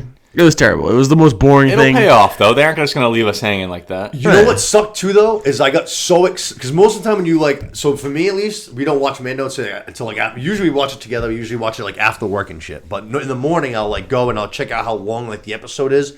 And then I'll literally text them and be like, oh, we got, a 40-minute... And that one was, 53 minutes. I was like, I texted you and Steph. I was like, guys, we got a 53-minute in. They go, Mando episode tonight. I was like, this is awesome. Right. And the intro was sick. Yeah, the first 5 minutes is great. Dope. And then the last 5 minutes is great. Yes. Outside in the middle was awful. It was like an Oreo sandwich, but the middle was being dog shit. It was some really cool world building though, which I know is porn to Star Wars guys. This is what this place looked like after the Empire took over, and all these people are being indentured servants and shit. Well, actually. Dude, we talked about it a lot. According to the... Yeah, it reminded me of an episode of Mando, big time. It's a big According to the Empire. In the EU lore. Yeah. It's big time Andor vibes, though. All I can say is I love Mandalorian show. If you haven't watched it, if you're somebody watching this and you haven't bought into Mandalorian, definitely give it a shot, because I have no love for the Star Wars originality, but I love the show Mandalorian. Awesome. That being said... What is it? So this is season what? This is season 3. So you gotta watch the first 2 seasons, and then watch the season of Boba Fett, because the season of Boba Fett. You don't even have to watch 3 episodes. You don't even have to watch the first 3 episodes. You can literally skip the first 3 episodes. Skip the first 3 episodes of Boba Fett, but you have to watch that though. I feel like that plays. Oh yeah, it's crucial. You gotta watch that season of Boba Fett to then continue on to the season 3 of Mandalorian, because basically they should just call Boba Fett the Mandalorian 2.5. For sure. Yeah, it was only 6 episodes, right? 6 episodes, and the last 3 were all Mando. Yeah. So the last 3 episodes of Boba Fett, you gotta watch it. They're great. Money. Yeah. I love these shows. Every episode for the most part that comes out, I love it. Yeah, awesome. I think they just do. They hit it such on the mark for a casual fan. That's what I consider myself. I'm not a big Star Wars guy. Yeah, I'm just a casual Star Wars guy. But to get somebody into the Star Wars fandom, the Mandalorian hit the mark perfectly, in my personal opinion. I would even say I'm the biggest Star Wars. I like the concept of Star Wars more than I like most of the actual Star Wars. If that makes any sense. I also feel like a lot of things that other people like dislike about it are the things I ended up like. A lot of people like hated like that Han Solo original. I was like, that Han Solo movie was like totally pretty good. I was like, it was good. I enjoyed it. I enjoyed it more than a lot of other Star Wars movies. You know what my favorite place in Star Wars is? Cantina. But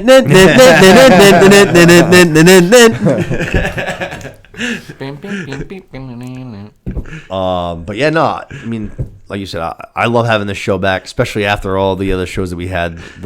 Obi-Wan I didn't enjoy very much.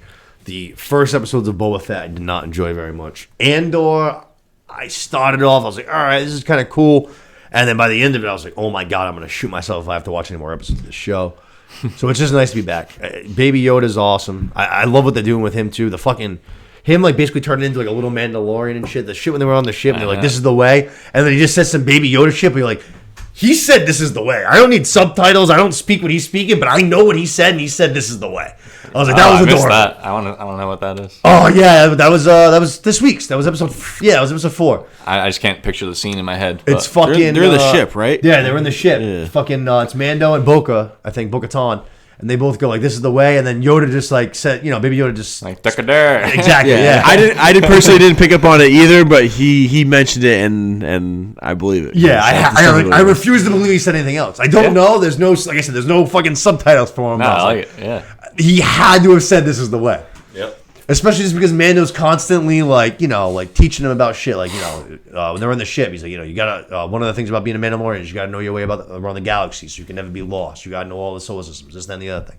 Yep. Teaches him about the armor and all that. It's like there's no like that's what he said. I know it. It was great. Yep. But no, I'm fucking waiting. I'm waiting for it. He's either gonna get He's either gonna get a Mandalorian helmet, which would be adorable for about 30 seconds, but then I'm gonna be like, all right, take that thing off. I want to see a beautiful face. Yeah. Or I'm still hoping for what I'm hoping for, which is he's eventually just gonna go fucking Sith, and we're gonna have a little baby Darth Yoda just fucking walking around, force choking people with a hood. What? Oh, I think it'd be the greatest thing of all time.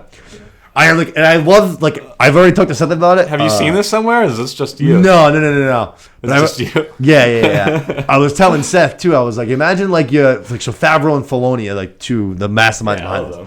And I was like, imagine like they're just like conceptualizing, like they're having a drink, and then all of a sudden, right? Like one of them's like, how about we do a story about a baby Yoda? And they're like, oh my God, that's great. And they're like, everyone's gonna love that because everybody loves Yoda. And they're like, but how about this? We turn him into a fucking Sith Lord. And they're like, bingo! That's the one, baby! There were like 25 episodes where he's the cutest being of all time.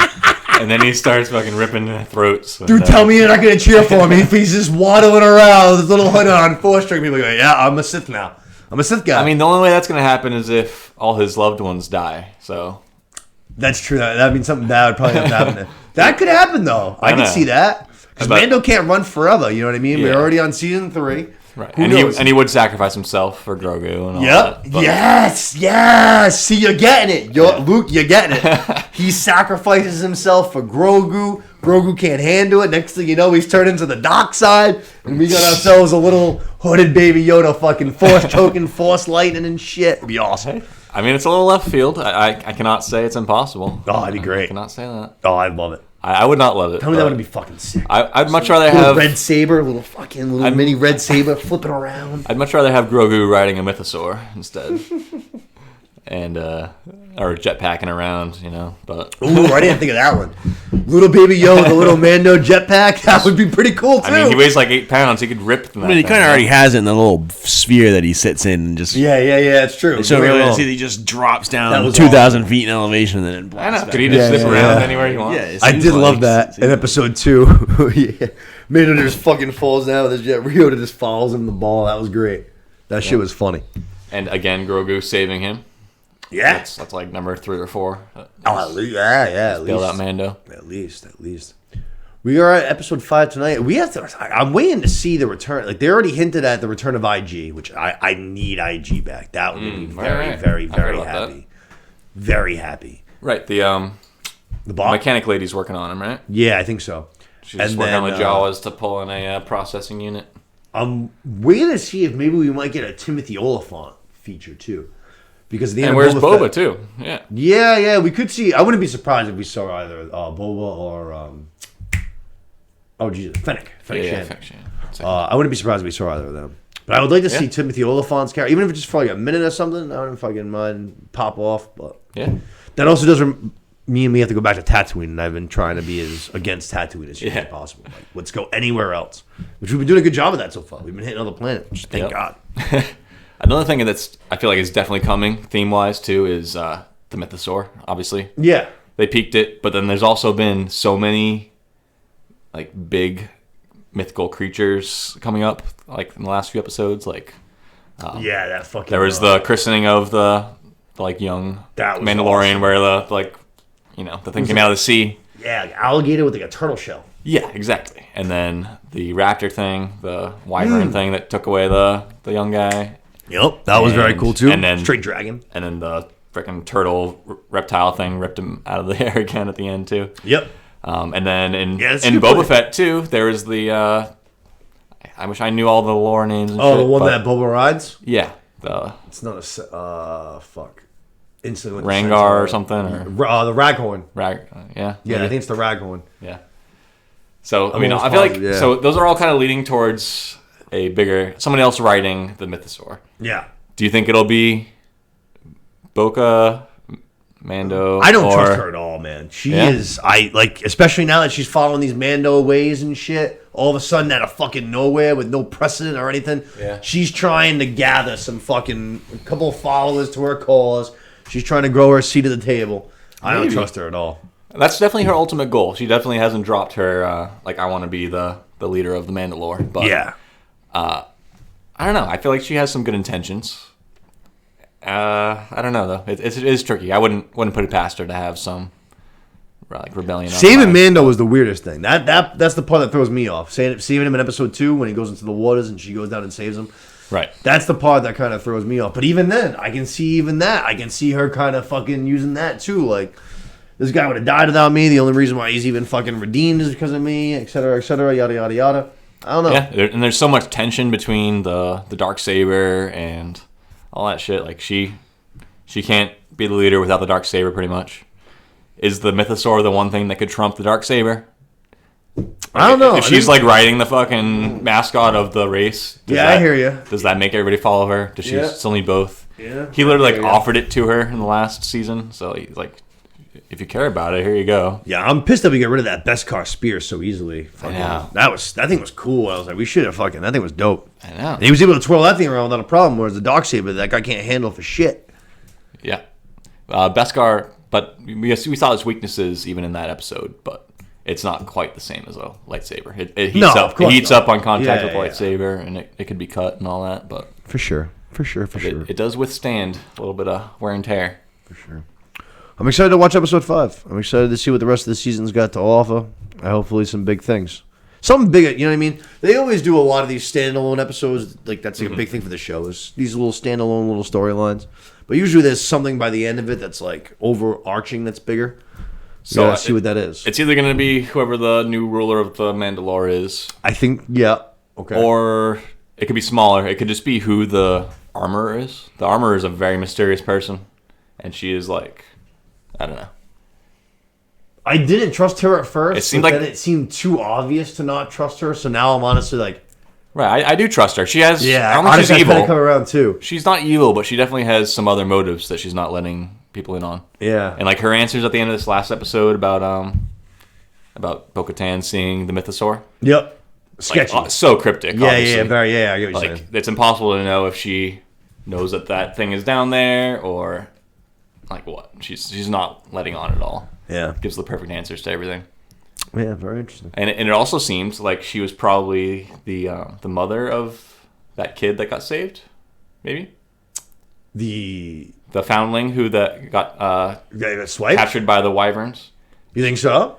He came over and hugged her right away when they got back. That's interesting. It was obviously and the number 2 guy. The dad said it was like the big Mando guy with the fucking Gatling gun thing. Yep. That was the dad, obviously. He said as much. Another cool thing is. So you think that's his mom? Another cool thing is that guy. How do Mandos fuck? Do they fuck with helmets on? That's a big question, right? Do they have all of their armor off? They're just like ass naked, but they have just their helmets on. They're just like, This is the That's way. wild. This is the Absolutely. way. This is the way. Yeah, That's absolutely. Hey, wild. with protection, they put on a little helmet. You know? That's wild. No foreplay with the mounts, strictly hand stuff. Right? And then straight to business, no mount, no kissing. Wow. I want to watch it. I'm not going to lie. I want to see a couple Mandos fuck. There's definitely some Mando porn out there. Google it. This is the way. With the hoodie on tonight, baby. Yeah. This is the way, brother. This is the way. Also, the big dude with the Gatling gun. Yeah. I'm pretty sure he is also a descendant of Tar Vizsla. Which is... Like, remember how he had that like duel with Oh, Mando? yeah. Okay, yes. He's yes, like, yes, this yes, guy, yes. like my ancestor. From the Boba Fett. Yeah, my ancestor like made this Darksaber. Mm-hmm. And so that means that the son also has that in him. That's why he was like so cocky in that duel with Grogu. That was awesome. And he was, Grogu just fucking... yeah, he's a little entitled. Lights him up. That was And great. I don't know, but yeah, it's so many layers. We really don't know where it's going. No, for Interesting sure to see. not. For sure not. Very interested to see what they do with the rest of this season. Like I said, I'm going to probably be diving into episode 5 after we wrap up here tonight. Do it. Let's get into our last bit here before we wrap things up for this week. Let's talk about The Last of Us. The last time we talked to you guys, like I said, was about 5 weeks ago. And one of the things that we covered was episodes, I think, 3 through 6, I believe is what we did. Mm-hmm. So we're going to be covering the last 3 episodes here tonight, 7 through 9, before we wrap things up for the evening. And I thought that all 3 of these episodes, I loved all 3 of them. I thought it was a great conclusion to an already great season, an already great show. I know some people didn't like 7 that much. I know a lot of people said that 7 was one of the weaker episodes. I actually disagree. I actually thought that 7 was fantastic. I loved it. That was the one with Ellie's girlfriend. Yep, with fucking Riley Storm from Euphoria. Not Riley Storm. Oh man, Storm Reed. Her name's Riley in the show. Storm Reed. There you go. But she plays Riley in the show. Yeah, I like that too. I loved episode 7. I don't mind some character building. We're gonna go through a little bit. You know, like I said, kind of what we just did with Mando. But like I said, I thought this was a great ending to a great series. I thought that they nailed the ending. I thought it was perfect. I would say normally that I can't wait for season 2, but I do know what's to come, so I can absolutely wait for season 2. You guys can take as long as you possibly need, because if you thought this season was depressing, it's gonna get just more and more depressing. In a good way? Oh no, it's just gonna be more depressing. I know. It's just gonna be sad, man. That was gonna be my main comment about this show, is like how it did not like hit the like usual expectations for what a good show is. Like they did not pay off like big arcs of like redemption or anything. Like it was tough. There was some crazy shit that happened. They paid off Joel's redemption paid off. Kind of, but he's kind of a dick at the end of the season, absolutely. you know? Like, but that's so. It's just the huge moral dilemma, and like, what do you do for the people you love, and like, exactly. It's just like such a real show that everybody can connect with. A big part of, I would say, me and you are both huge Game of Thrones fans, right? And one of the best things about Game of Thrones is that no character, just very much like real life, is 100% good or 100% bad. Bad people occasionally do good shit. Good people occasionally do bad shit because they have to do it. It's the way of the world. And this show does that perfectly.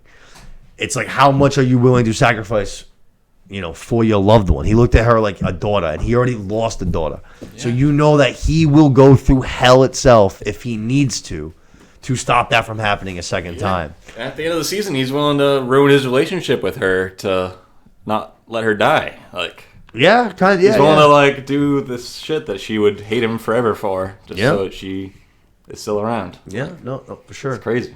There's like I said, this show is a great example of that. Even like Pedro Pascal is supposed to be the hero, the guy that we love. He's not. I said that from before they even show the started. He has to do bad shit sometimes. He's not a hero. He's you know what I mean. He might seem like that sometimes, but at the end of the day, like he's had to do a lot of bad shit to survive, and that's the reality of this world. In order to survive, you gotta get your hands dirty. You have to do it. You know what I mean? For sure. You don't mess with a sand snake. That's right. Yeah. Oberyn's a bad man. Say her name. Let's start with episode 7. Episode 7, like I said, I know a lot of people. I saw a lot online. People saying that this was the weakest episode of the season, that they didn't like it that much. And Mando. I loved this episode. For starters, I'm a person, I still love going to the mall. I usually just go for Funko Pops. I love walking around a good mall, and I love this post-apocalyptic shit. The sets on this show have been amazing. This mall was incredible. The mall was pretty good time capsule. Dude, the mall looked insane. Yeah. I could have, like, them just walking around with, you get the nature, the growing moss and the tree branches and this, that, and the other thing. Nature reclaiming. Yeah, dude, that set was fucking incredible. It was incredible. That's cool. I've said from the beginning, too, I said that the reason why this game would make a great show is because it's masterclass storytelling. I've said that from the jump. To me, masterclass storytelling means not just that you have these exciting sequences and this good plot and this good dialogue. It means that you know why characters are doing, what they're feeling, why they're feeling it, what they're thinking, why they're thinking it. And to me, this episode was huge on that. So we leave, Joel's injured, right? And Joel is literally pushing fucking Bella Ramsey, Ellie's character, away and saying, leave, like, get out of here. Like, and when you look at the scenario, I feel like almost every person on the planet would have left. They have no medicine. They virtually have a shelter, they have a house, but like they're in a basement. There's like a coat keeping them warm. We got no blankets, we got no fire, we got no food, we got no medicine, we have no doctor, we have no idea of where to go. There's no hope. It's a hopeless situation. Yeah. And Joel literally, he sees that, he recognizes that, he literally forcibly pushes Bella Ramsey's character away. And he's like, go, get out of here. Leave me. And we literally see why she doesn't. It's because of what happened with Riley in that exact scenario where it's option one, we take the easy way out. I don't like that option. Option two, we fight. We fight for every single minute that we have left. Whether it's a day, whether it's an hour, whatever it is, we fight. And that's exactly where that comes from. She decides, fuck that. Like, I'm not leaving you here, whether I only have an hour with you until you die here in this basement. Like, I'm going to stay with you. Again, I think a lot of people would have left in that scenario. I think that's why it shows her that. I loved seeing all of that. I loved seeing prior to that, again, with the whole no one's totally good, no one's totally bad thing. We see her at her school when she's younger. Mm-hmm. To this point, we've only seen Fedra as the bad guy. They're the soldiers that are hanging civilians and all that shit. Ellie gets herself into some trouble. She talks to like that high-ranking officer, and he was a good dude. You know what I mean? He was trying to show her like the best way to have a good life, and it was just like, here's a moment where we've always seen Fedra as the bad guy. Here's this soldier being a straight-up dude. You know what I mean? Like, again, showing both sides of the coin. Even when they're scumbags most of the time, there's a little bit of good there. I liked seeing that too. Yeah. There was a lot about this episode I thought they killed. I really did. I mean, and this was so in the game, this is the DLC. So the whole game released, and this is a DLC portion. As you go to the mall, you hang out with Riley, and all this shit happens. And to me, it was great. I also feel like it shows a lot of why Ellie is so, like, not angry, but like she's got that quick trigger. She's got that quick fucking fire. She is fiery deep down. It's because, like, you know, she was expecting to die. You know what I mean? She was sat there with her best friend in the world, and they were expecting to die together and go insane together. And then all of a sudden, all of that rage turns into fear when your best friend turns, and you're like, fuck, now my best friend's trying to eat me. And then she probably had to put her best friend down. You have to imagine they don't show that, but that's what they kind of insinuate by not showing it. She alludes to it. She probably has to put her best friend down, and then she's still probably sitting there for who knows how many hours, waiting to turn, and it never fucking happens. You know what I mean? Yeah. You can understand why there's so much animosity for her character and why she is the way that she is. Yeah, and then at the end of all that, she gets captured by the Fireflies. Like, right. It's all shit, like shitty sequence. Yep. Yeah. No, so for me, I know a lot of people didn't love that 7th episode, but to me, I loved it. I couldn't. I think as soon as you realize what the show is trying to do, you can love that episode. You know, like it's not about trying to like satisfy your violence kick or whatever. You know, or I don't know. It's trying to tell you how powerful love is and like how crazy these relationships are and what would you do in these situations. Yeah, it's pretty cool. And dude, Bella Ramsey's done a great job as Ellie. I really feel like she's done a really great job. That scene when they're dancing on top of the counters and they have the masks on. And at first, she doesn't even want to like put the mask on. She doesn't even want to dance. And the next thing you know, you see her. She starts moving with it. She starts wiggling, and then Riley's character like turns around, facing away from her, and she stops dancing. And she's just, you can like, even though she's got a mask on, you can like, I feel like I could see exactly what Bella Ramsey's face looked like. You know what I'm saying? Yeah. Like I could feel, and then that's when she asked her to stay. Is right after that. But I feel like I could see the realization even through the fucking wolf mask, which is straight out of the game, which was perfect. Like, right, yeah, they use the exact same masks, right? Yep, like they same mask. created this. The camera booth, the ferret, not the Ferris wheel, the merry-go-round, the camera booth, the water guns, all of it. Yeah, it was Mortal fucking Kombat. Yeah, shit. Yeah. It's fucking awesome. It was awesome. I loved it. I know. I think you were kind of saying weaker episode for you, right? Which I get. I mean, I get why not everybody loved it. I liked it. Yeah, I had no problem with It's it. still a sidestep. It's still away from the main story. Yeah. Oh, for sure. Yeah. So yeah, sure. it's supplemental. I enjoyed the It is entire DLC. season. It's a DLC episode. I really had no complaints about the entire season. I mean, everything was good. There you go. I enjoyed What else it. can you say about that? So let's move to episode 8. Episode 8 was fucking awesome. I had one thing that I definitely wanted to mention, but I thought episode 8 was... This was the episode that I referenced a few times. This is the one I was looking the most forward to. Because this is a very, very exciting part in the game. Joel gets hurt. He's injured. And all of a sudden, for the first time, it just comes and you're in control and you're Ellie. And it's kind of like especially the first time you play the game, you have like that, like, oh, fuck, I'm Ellie. You know what I mean? It's like exciting. You're like, oh, shit, like, let's go, baby. I'm Ellie now. I've been Joel the whole time. This is fucking dope. And obviously, it's a very exhilarating, intense, scary, crazy part of the game because you end up running into some real bad shit. But I thought this episode was really awesome. The one thing that I was going to say right off the top that I thought that they should have done, which was reminiscent of the game, and I thought it would have helped. So we haven't seen much clicker action since, what was it, like episode 4 or 5?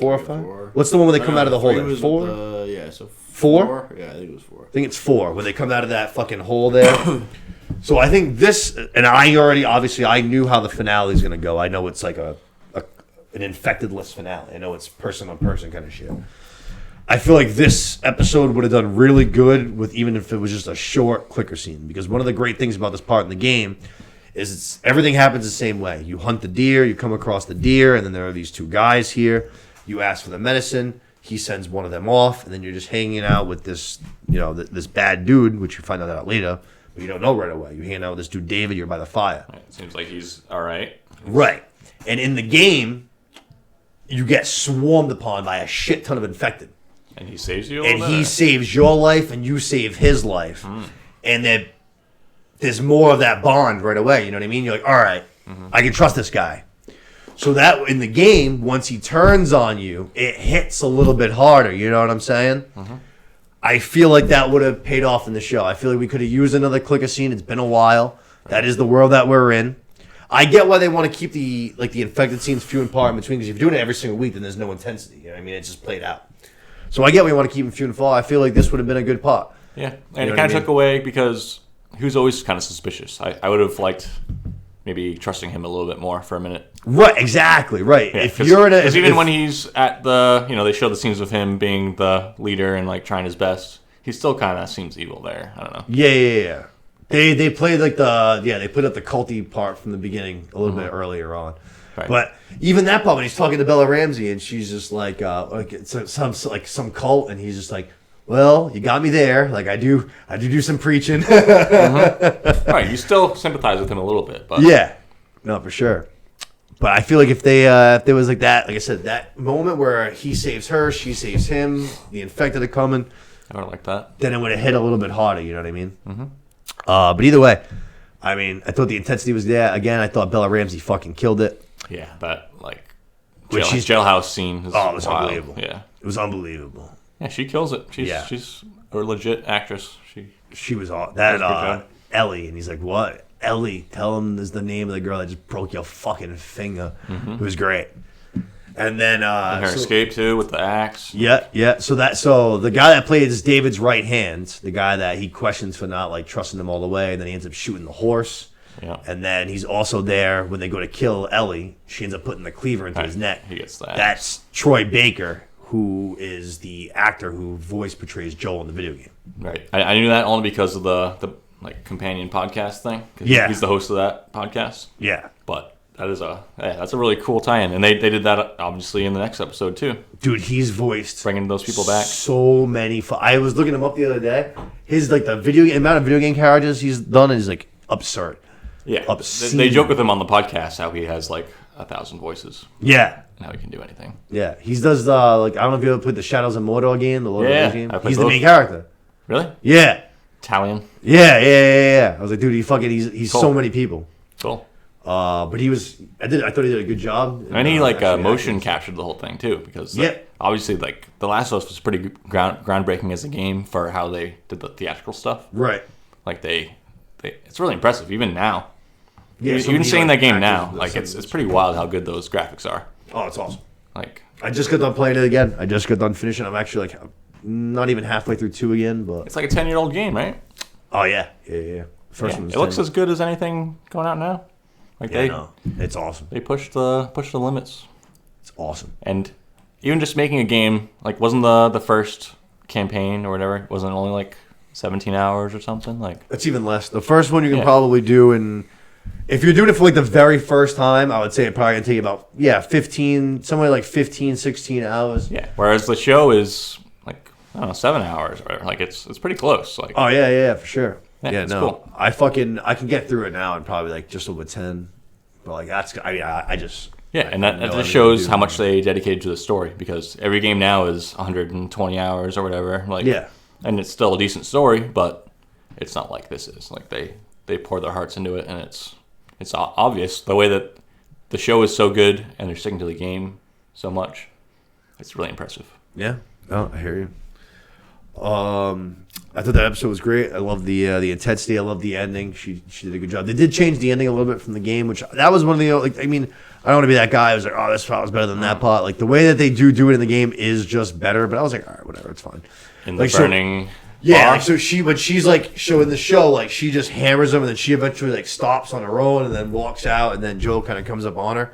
In the game, she's literally just like continuously hacking, and wow. Joel is the one who like literally like pulls her off, and she's like still like she's got like the knife in her hand, so she's like flailing, she's like oh man, and he's like dude, like chill, and they do it in the so at the beginning he's like he still does the baby girl line, you know what I mean, and she realizes it's him. Lets down her guard, starts like kind of almost crying.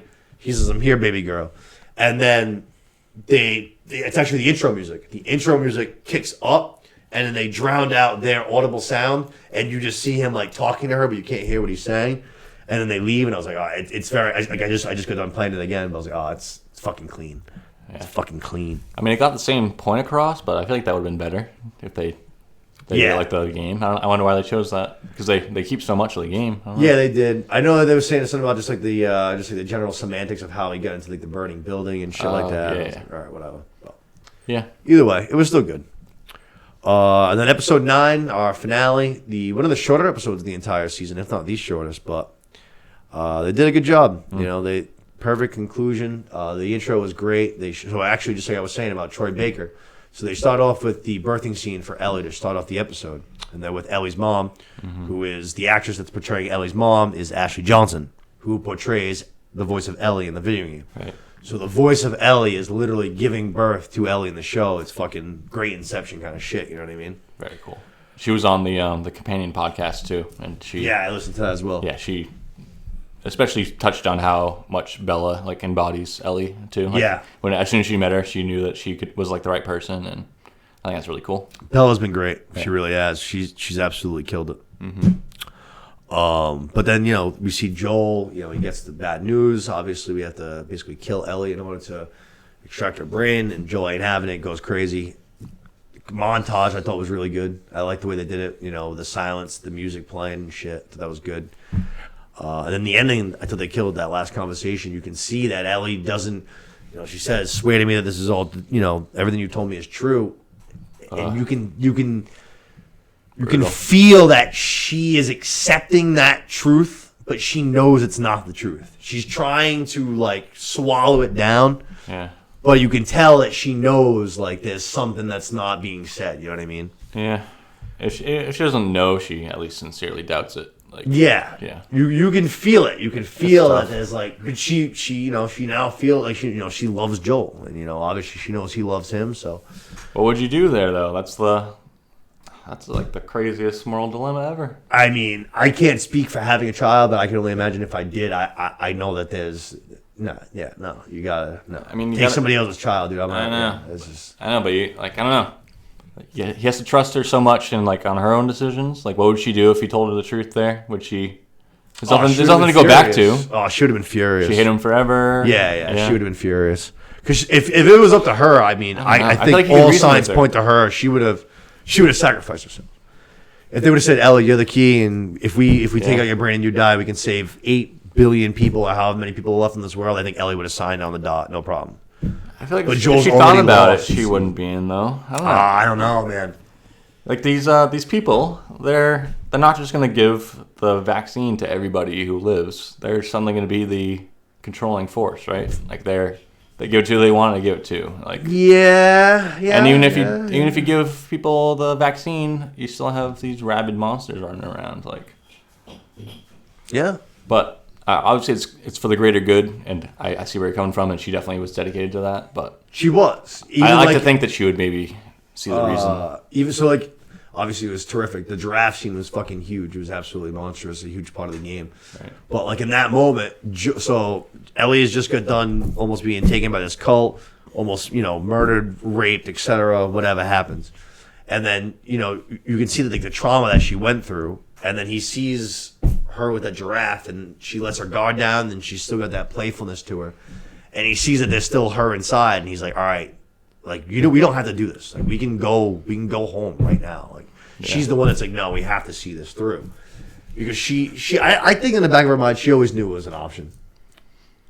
Yeah. I think they both think so. lied to themselves, though. They didn't know what they were getting themselves into. They didn't know she was going to be lobotomized. Oh, no. I think, like I said, I think she has a better idea than he did. Mm-hmm. But I don't think that he was necessarily, I don't think he was ever thinking that far ahead. You know what I mean? Yeah.